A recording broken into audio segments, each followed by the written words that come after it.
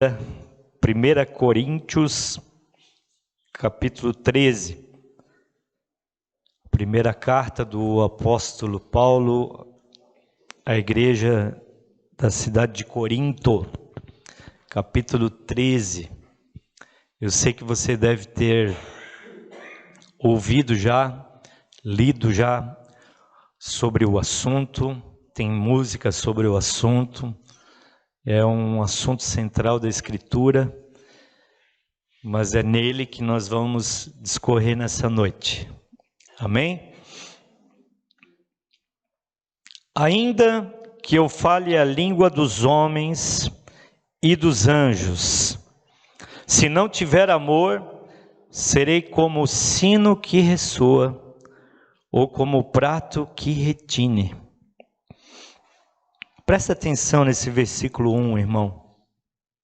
Deixa isso falar contigo. Isso aqui é uma condição. Ainda que eu fale a língua dos homens e dos anjos, se não tiver amor, serei como o sino que ressoa e como o prato que retine. Veja bem, querido, falar a língua dos homens, o que Paulo está dizendo aqui com falar a língua dos homens, tinha a ver com ser poliglota. Tinha a ver com falar mais do que uma língua. Tinha a ver com sabedoria humana. E ele também fala da língua dos anjos, ainda que eu fale a língua dos homens e dos anjos. Muitas vezes a gente fala a língua dos anjos. Às vezes temos dons de falar em línguas, e essa prática é uma prática tão linda que hoje é tão distorcida, mas é a possibilidade de você falar a língua da tua casa. Quando você fala em línguas, você fala a língua da tua casa, você fala a língua da tua origem, você fala a língua que você vai falar no teu destino. Você fala a língua que Deus entende. Quando você fala em línguas, você não fala aquilo que você quer, você fala aquilo que você precisa falar. Você não ora com a consciência, mas você pede aquilo que existe necessidade. E nós precisamos aprender um pouco mais sobre esse assunto tão lindo, chamado oração em línguas. Não é sobre ele que eu quero discorrer nessa noite, mas o que Paulo está dizendo é que se você for poliglota, ou se você falar uma língua extraterrestre, uma língua que não é aqui dessa terra, é desse jeito que Paulo está dizendo, se você falar uma língua extraterrestre, não fica se achando, porque se você não tiver amor, isso tudo não vale nada, teu conhecimento, tua sabedoria não vale nada.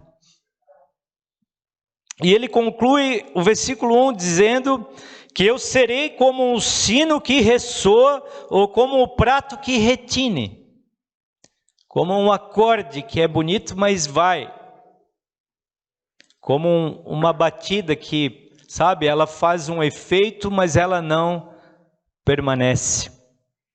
Ou seja, quando você tem alguma atitude que não é por amor, quando você tem alguma situação, alguma circunstância da vida que não é por amor, é só um momento, não é algo que permanece, não é algo que fica. Você muitas vezes age só na vida das pessoas, e daí às vezes ficamos reclamando por que as pessoas não retribuem o nosso amor, não retribuem a nossa atitude. É porque muitas vezes ela não foi feita por amor, ela foi feita com algum interesse. E nós precisamos entender que aquilo que você faz para as pessoas, elas esquecem. Mas aquilo que você faz em amor para Deus, Ele não esquece. Aquilo que você faz em amor para Deus, permanece, vai para a eternidade. Aquilo que você faz por amor verdadeiro, com uma atitude genuína de amor, nós vamos discorrer um pouco mais sobre isso aqui na frente. Isso você vai carregar junto consigo para a eternidade. Você vai poder juntar tesouros no céu, onde a traça e a ferrugem não consomem. Você vai poder ter coisas acumuladas de forma positiva, marcas constantes, permanentes em Deus para você levar pós-vida. Versículo 2: ainda que eu tenha o dom de profecia, saiba todos os mistérios. Versículo 2: ainda que eu tenha o dom de profecia, saiba todos os mistérios e todo o conhecimento, e tenha uma fé capaz de mover montanhas, se não tiver amor, nada serei. Olha só quantas coisas envolvidas aqui.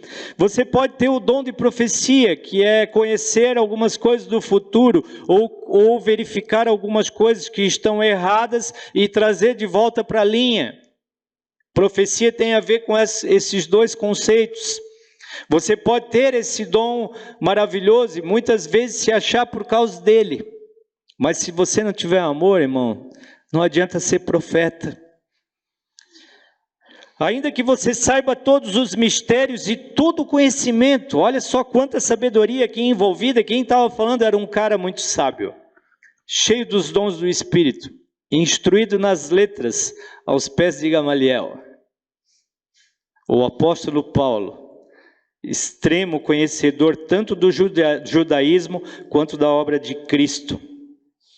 Ainda que você tenha uma fé capaz de mover montanhas, se não tiver amor, nada será. Nada será. Irmãos, você pode mover uma montanha com fé, e se você não tiver amor, aquilo não vai ter nenhum valor permanente, vai ser só um ato. Você pode orar por alguém e ele ser curado por causa de um dom que Deus te deu.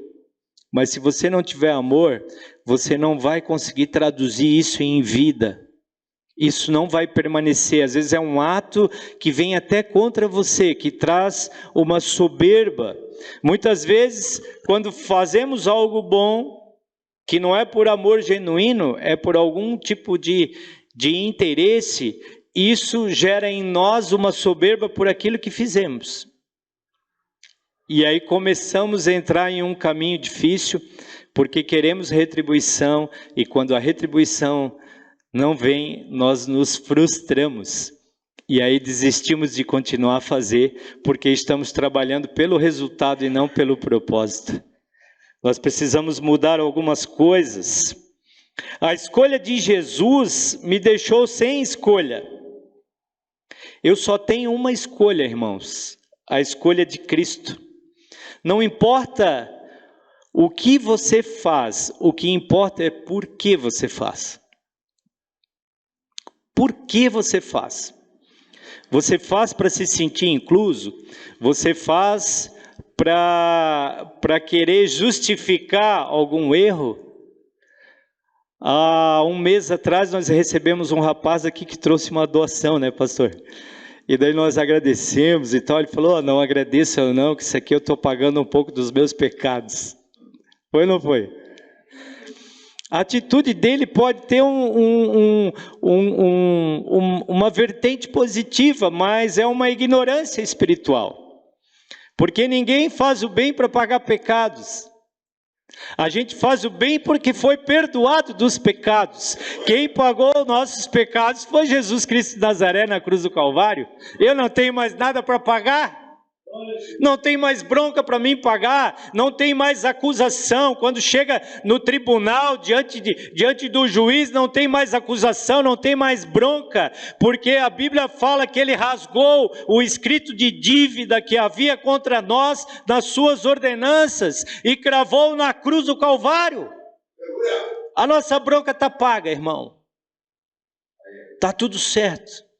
Mas agora eu perdoado, agora eu sabedor de quem eu sou, eu começo a fazer as coisas em prol do próximo, para Deus, por amor, por gratidão.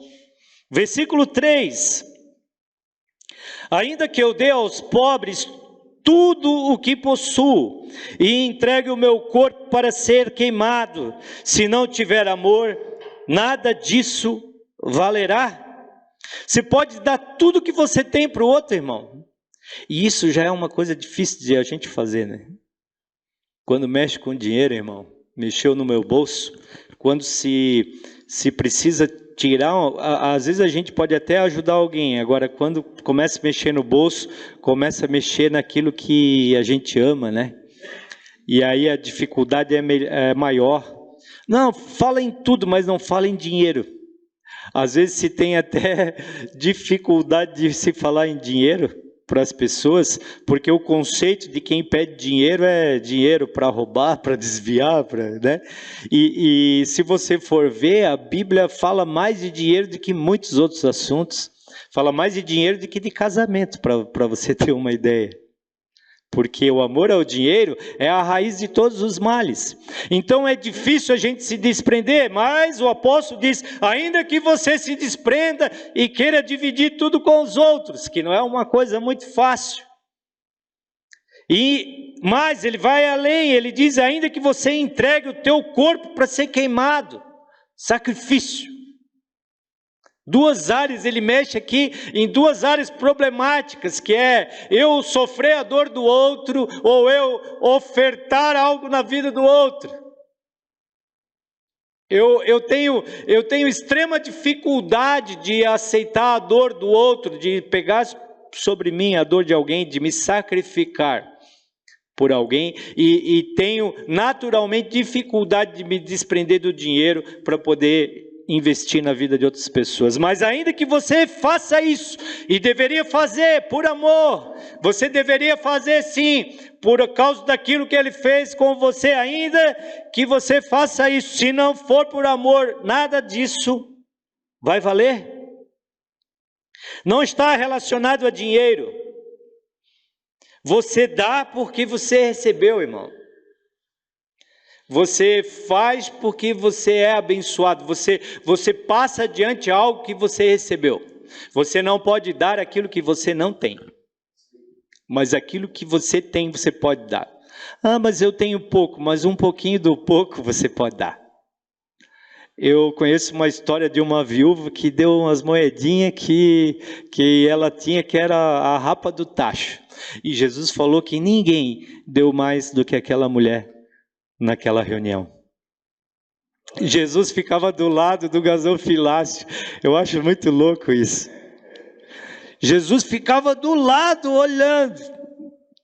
E vinham os judeus com aqueles filactérios, né, fazendo barulho com as moedas para mostrar que estavam dando. E Jesus vai lá e diz, o cara deu um saco de moeda, mas deu menos que aquela viúva. Porque ela deu com o coração, ela deu com amor. Ela sacrificou alguma coisa, e aquilo foi importante para Jesus, aquilo chamou a atenção do mestre. Tem alguma coisa para a gente aprender nessa relação monetária das nossas vidas. Muitas vezes vivemos vidas financeiras amarradas, e não dividimos nada porque não temos, mas quando teremos, se não semearmos? Quando teremos? Se eu tenho sementes de milho e as como, eu não vou ter uma roça de milho, irmão. Agora, se eu como um pouco e um pouquinho eu semeio, eu posso ter uma colheita futura. Nós estamos muitas vezes comendo as sementes. Nós estamos nos alimentando daquilo que era para ser plantado. E não entendemos porque não evoluímos, não entendemos porque não temos colheita, porque não temos celeiro, não percebemos as coisas. Mas ainda que façamos essas coisas, se não for por amor, não vale a pena. Tem que ter gratidão envolvida na parada, irmão. Tem que ter um sentimento de gratidão. O quanto você é grato pela vida, o quanto você é grato pela existência, o quanto você é grato pelo sangue de Jesus, quanto que você tem de gratidão por aquele sangue vertido na cruz do Calvário, que acertou todas as tuas broncas, que deixou a tua ficha limpa, irmão. Ninguém vai conseguir achar, eis o Cordeiro de Deus que tira o pecado do mundo.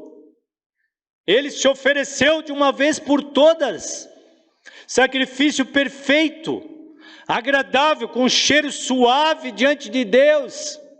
Quanto que eu e você somos satisfeitos, quanto que eu e você somos agradecidos em relação a isso? Precisamos pensar, precisamos refletir mais nessa relação das nossas vidas, nos dias bons e nos dias ruins, para quem merece e para quem não merece. O amor não é ajudar quem merece, o amor é ajudar quem precisa. O amor é fazer aquilo que Jesus faria. A escolha dele me deixou sem escolha. Ele me escolheu quando eu não merecia. Como eu vou escolher as pessoas que eu vou me relacionar? Como eu vou escolher os grupinhos sociais que eu vou conviver? Como que eu vou excluir irmãos que pensam diferente de mim? Eu preciso conviver com as pessoas que Deus vai aproximando de nós. A gente tem que perceber o movimento de Deus na aproximação das pessoas, nos lugares onde eu passo, por onde eu passo, com quem eu converso, com quem eu me relaciono. Ali existe um fluir de Deus nas relações e eu preciso entender que eu devo colocar o amor de Deus à disposição das pessoas que Deus está aproximando de mim. E não ficar correndo atrás daquelas pessoas que eu quero que Deus atinja, mas atingir aquelas pessoas que Deus coloca ao meu redor para que eu possa atingi-las, naturalmente, de forma orgânica, só viver dia após dia, aproveitar as oportunidades e ser um canal de Deus na vida dos outros. Você não ama porque o outro é. Você ama porque você é. Aleluia. Você não ama porque o outro é alguma coisa e merece ser amado. Não, você ama porque você é amado. Amém. Você escolhe amar porque você foi amado. Jesus escolheu amar você e agora nós não temos mais possibilidade de escolha. Quando nos desviamos do próximo, quando negamos amor ao próximo, nós nos frustramos porque estamos distantes do propósito. E distante do propósito não tem suprimento, distante do propósito tem sede, distante do propósito tem escassez, tem tristeza, tem ansiedade, tem dor, tem luta, tem recaída, tem desgraça, irmão. Perto do propósito tem suprimento. Tem saciedade, tem vida e vida em abundância, tem um rio. Existe um rio que vem do Senhor. No propósito existem muitas águas, existem muitas coisas boas a serem vividas por nós. Agora precisaremos usar o nosso poder de consciência para escolher. Quando se apresentar uma necessidade, uma possibilidade, ou eu for fazer algo que eu vou esperar alguma coisa em troca, eu preciso julgar a minha mente. Eu preciso parar para pensar e dizer, não, eu vou fazer o bem, mas eu não vou esperar nada em troca. Eu vou fazer, mas não é porque ele fez por mim, não, é porque ele fez por mim.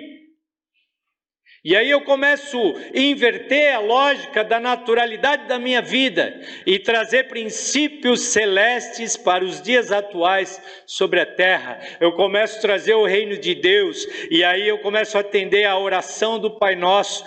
Pai, que seja feita a tua vontade aqui na terra como ela é no céu.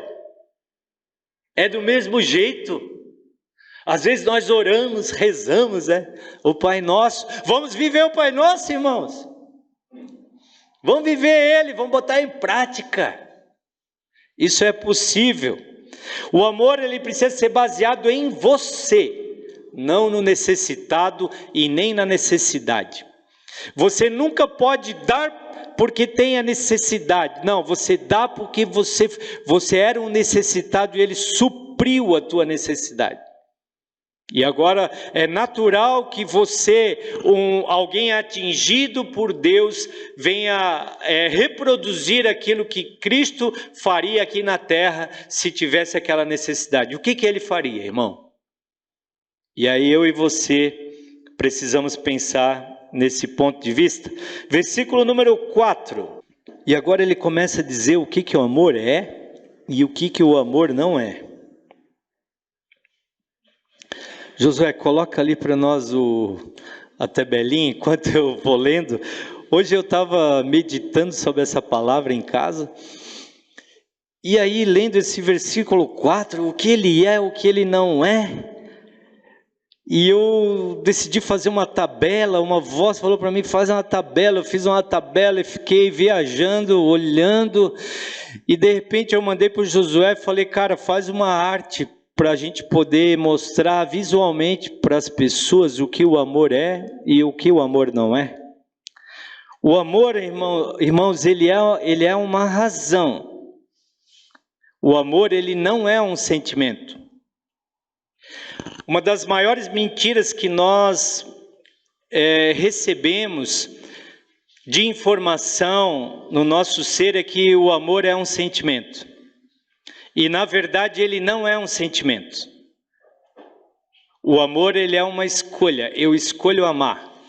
Eu não tenho vontade de amar, mas eu amo. Jesus, ele perdeu a vontade de ir para a cruz uns dias antes, mas ele disse, não, eu vou, eu vim por essa hora e eu vou. Se possível, afasta de mim esse cálice, mas eu vou. O amor é uma escolha, irmãos. É uma escolha que te leva a um sentimento. O amor, ele é uma escolha que te leva a um sentimento. Você escolhe amar e logo você se sente bem. Você não sente vontade de amar e ajuda ou auxilia o próximo por causa do teu sentimento. Porque senão você baseia o amor em você estar bem, mas não depende de você estar bem. O amor é paciente, o amor é bondoso, não inveja, não se vangloria, não se orgulha, não maltrata, não procura os seus interesses, não se ira facilmente, não guarda rancor. O amor não se alegra com a injustiça, mas se alegra com a verdade. Tudo sofre, tudo crê, tudo espera, tudo suporta. O amor nunca perece. Aleluias. O amor é a razão. Olha só a coluna da esquerda, irmãos. Tudo que você vê nessa coluna e que está descrito nesse versículo são coisas que você tem que fazer racionalmente. São coisas que você tem que colocar a tua vontade em operação. São coisas que não dependem do teu sentimento, depende da tua vontade. E mesmo que você não tenha vontade de você sacrificar a tua vontade e dizer, não, eu vou fazer pelo certo, eu vou fazer pelo reto. A paciência, a bondade, a verdade são coisas que você precisa escolher fazer. Às vezes, naturalmente, não teremos esses impulsos, mas podemos escolher amar. Note que ele tudo sofre. E nós temos tanta dificuldade de sofrer, né? Hein? A gente sofre um pouquinho e já fica murmurando, né? E a Escritura está dizendo que o amor, ele tudo sofre. A gente precisa aprender a sofrer. Aprender a passar por momentos difíceis perseverando. Aprender a passar por dificuldades agradecendo. Nós precisamos entender que o sofrimento faz parte da vida humana. Não há vida humana sem sofrimento. Jesus Cristo, ele aprendeu todas as coisas por meio daquilo que ele sofreu, diz a Escritura. Ele não aprendeu lá no céu, não, ele sofreu, irmão. Foi na prática. E todos nós temos algumas coisas que já passamos e outras que ainda vamos passar. Mas podemos passar por alguns momentos ruins, dando glória a Deus, gratos, sabendo que aquilo é só um momento, que a vida é um vapor que aparece, logo desaparece. Daqui a pouco, irmãos, nós não estaremos mais aqui, não haverá mais choro, nem dor, nem luta. É uma loucura aquilo que Deus, a Bíblia fala que nenhum homem sentiu, ouviu, nunca desceu ao coração do homem, o que Deus tem preparado para aqueles que o amam. É muita coisa bacana que a gente tem para viver na eternidade, nós precisamos entender isso. Olha só a intensidade disso aqui. tudo sofre, tudo crê, tudo espera, tudo suporta, nunca perece. Olha a intensidade, tudo, nunca. São expressões fortes da Escritura. O amor, ele tudo suporta.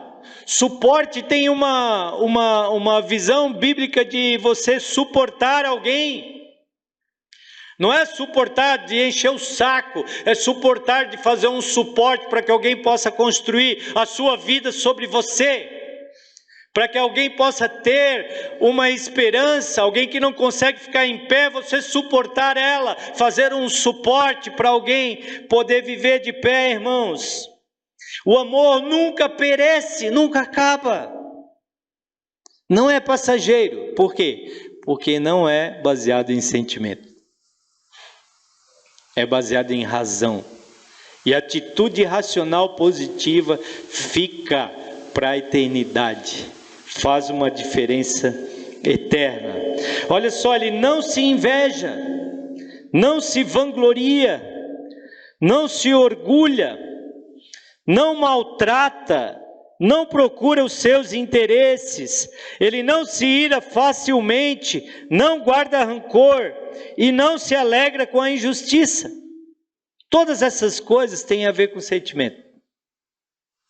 E o quanto eu e você vivemos pelo sentimento e o quanto nós vivemos pela razão. Às vezes, a nossa razão, ela se junta com o nosso sentimento para piorar as nossas vidas. Não se inveja, não se vangloria, não se orgulha, não maltrata, não procura os seus interesses, ele não se ira facilmente, não guarda rancor e não se alegra com a injustiça. Todas essas coisas são coisas que têm a ver com sentimento. E eu e você, muitas vezes, nós vivemos uma vida muito sentimental. Os sentimentos têm a ver com o coração. E a Bíblia fala que enganoso é o coração, mais do que todas as coisas. O nosso coração nos engana, os nossos sentimentos nos enganam. Por quê? Porque são coisas terrenas, irmãos. São coisas passageiras. Quando você se inveja do próximo, irmão, é uma coisa eterna ou terrena? A inveja, a vanglória. Olha só o orgulho. O orgulho é a vontade de ser melhor do que os outros, querer ser mais do que os outros. Nós não estamos aqui para competir. A humanidade está competindo, né? Um competindo com o outro. Mas nós estamos aqui na terra para viver a humildade, para agregar um na vida do outro. O amor, ele agrega, o amor, ele é humilde, o amor não se orgulha, ele não maltrata, ele não procura os seus interesses. Mas a Bíblia fala que o amor, ele considera os outros superiores a si mesmos. É o contrário, ele não se ira facilmente. Não é fácil para tirar alguém do amor do sério. Note que a Bíblia fala que ele não se ira facilmente, mas ele se ira. Às vezes ele se ira ele se revolta contra as coisas do mal. Eu lembro de um fato que Jesus Cristo de Nazaré se irou, irmão. Ele chutou o pau da barraca. Os caras estavam querendo fazer da casa de Deus uma casa de negócios. E aí ele se irou, mas ele não se ira facilmente, ele não guarda rancor, ele não se alegra com a injustiça. O que é a injustiça? A injustiça é a ausência do sentimento de salvação. A injustiça é alguém se sentir condenado estando livre. A injustiça é eu e você acharmos que nós temos algo para pagar enquanto não temos. Nós somos justos, somos justificados diante de Deus, diante da eternidade, diante do mundo espiritual, diante do diabo e dos seus demônios. Nós somos justificados diante de Deus, dos anjos. Nós somos justos. Eu e você somos justos. Nós precisamos entender isso e não se alegrar com a injustiça, porque a injustiça ela mente para as pessoas. Versículo 13. Mas, versículo 8, mas as profecias desaparecerão, as línguas cessarão, o conhecimento passará, pois em parte conhecemos e em parte profetizamos. Quando, porém, vier o que é perfeito, o que é imperfeito desaparecerá. O que vai desaparecer? O que é imperfeito? O sentimento. Olha só, quando porém vier o que é perfeito, o imperfeito desaparecerá. Quando Jesus voltar, a nossa imperfeição humana, ela vai desaparecer, irmãos. Note que isso aqui está falando de um processo. Ele está falando de um processo, presta atenção, irmão. Pega isso. E agora ele vai falar de um processo humano. Ele está falando de um processo eterno linkado num processo humano, entende isso? Olha que coisa legal tem por trás disso. Quando eu era menino, falava como menino, pensava como menino e raciocinava como menino. Quando me tornei homem, deixei para trás as coisas de menino, um processo humano. Olha agora o paralelo que ele faz do processo humano com o processo eterno. Agora, pois, vemos apenas um reflexo obscuro, como em espelho. Mas então, olha o processo, veremos face a face. Agora você vê, eu vejo, nós vemos as coisas espirituais como obscuras em um espelho. Note que nos tempos bíblicos o espelho não era como hoje. Quando você olhava no espelho, você não via no espelho a realidade. Você não conseguia se ver no espelho. Você se via mais ou menos, era obscuro. Era obscuro. Agora conheço em parte, então conhecerei plenamente, da mesma forma que sou plenamente conhecido. Então, ele está dizendo que os nossos dias, a gente não entende as coisas eternas.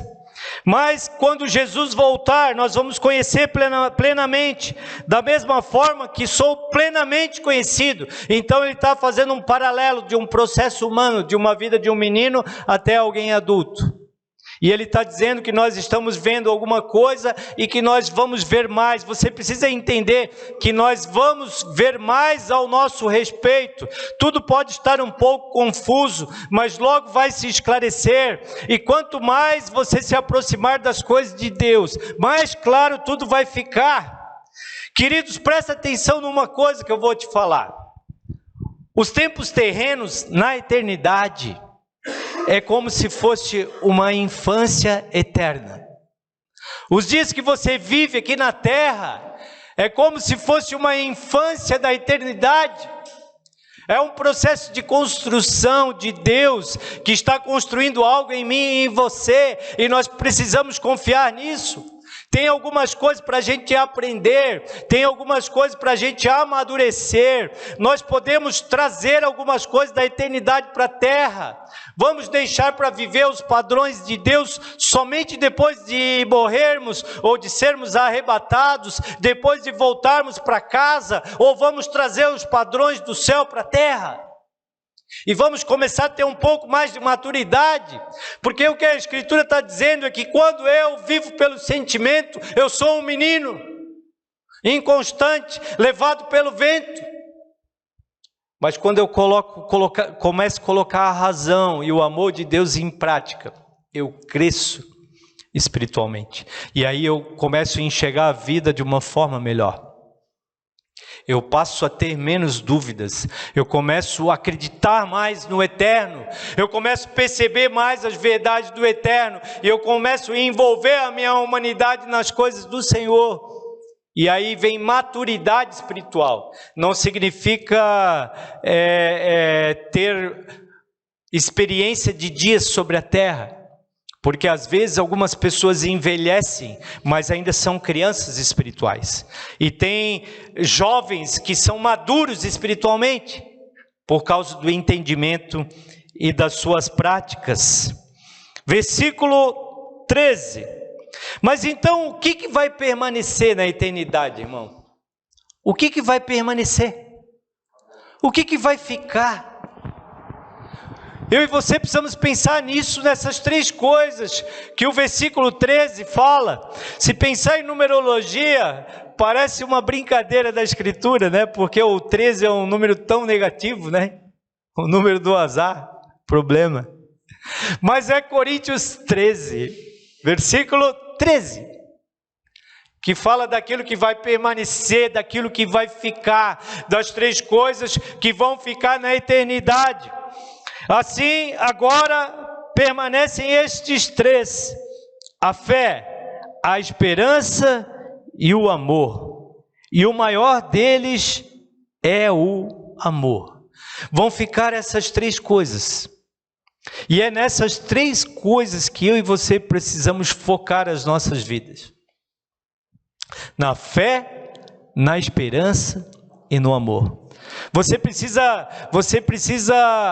buscar conhecimento, agregar conhecimento à sua fé, porque às vezes é a nossa fé que nos afasta de Deus. Eu preciso crer direito, eu preciso entender o Evangelho, eu preciso entender o sacrifício de Jesus, eu preciso entender quem eu sou, de onde eu vim, para onde eu vou, eu preciso entender o que eu estou fazendo na terra, entender por que sofro, por que agradeço, por quê, eu preciso ter respostas para os porquês, eu preciso ter uma fé consciente, uma fé racional, uma fé inteligente. Ninguém consegue viver o Evangelho baseado numa fé emocional. Existem muitas pessoas se autodeclarando cristãs que fazem Cristo passar vergonha. Pessoas que vão para a igreja e a glória a Deus e aleluia, mas quando vai ver nos atos, os atos das pessoas são atos que envergonham. E aí nós perguntamos, mas como que pode? Alguém vai para a igreja? É porque é uma fé emocional, baseada em reuniões, baseada em culto, não é uma fé racional, baseada na verdade da Escritura, baseada na responsabilidade de fazer coisas diferentes, de colocar a nossa fé em ação, em operação, através de racionalidade, de ter entendimento, esclarecimento, e isso gerar amor por Deus, e não só a responsabilidade que traz peso, mas amor por Deus, amar a Deus sobre todas as coisas. É necessário a gente entender que a fé é algo que permanece. A esperança em quê? Esperança em que Deus tem o melhor para você. Esperança que Deus é Pai. Esperança que Deus é bom, a esperança de que Deus tem o melhor para mim e para você, Ele tem planos de bondade. E aí fala do amor. Que amor, irmãos? O amor incondicional, o amor que não tem condição. Por quê? Porque é esse amor incondicional, é esse amor ágape que Ele colocou a minha e a tua disposição. Como que eu vou passar ao outro algo diferente do que eu recebi? Eu recebo e passo igual o que eu recebi. Deus, Ele nos amou no meio de uma lama, de um charco de lodo, irmãos. Ele nos amou de uma forma intensa, profunda, sobrenatural. E agora nós precisamos viver na mesma intensidade. Nós precisamos passar para o irmão, passar para o brother, nós precisamos passar as mesmas coisas que Jesus passa para a gente. Nós precisamos ser transmissores desse amor incondicional, desse amor ágape. Nós precisamos retirar preconceitos do nosso coração, julgamentos do nosso coração, porque às vezes nós somos absolvidos, mas estamos julgando os outros. Temos a nossa bronca paga, mas estamos cobrando o nosso amigo. Não é uma incoerência? Nós precisamos ser praticantes do Evangelho, não somente ouvintes. O amor incondicional, queridos, a fé, a esperança e o amor. E aí ele diz, mas o maior desses é o amor. Amém? Você pode dar um aplauso para Jesus? Aleluia! Glória a Deus.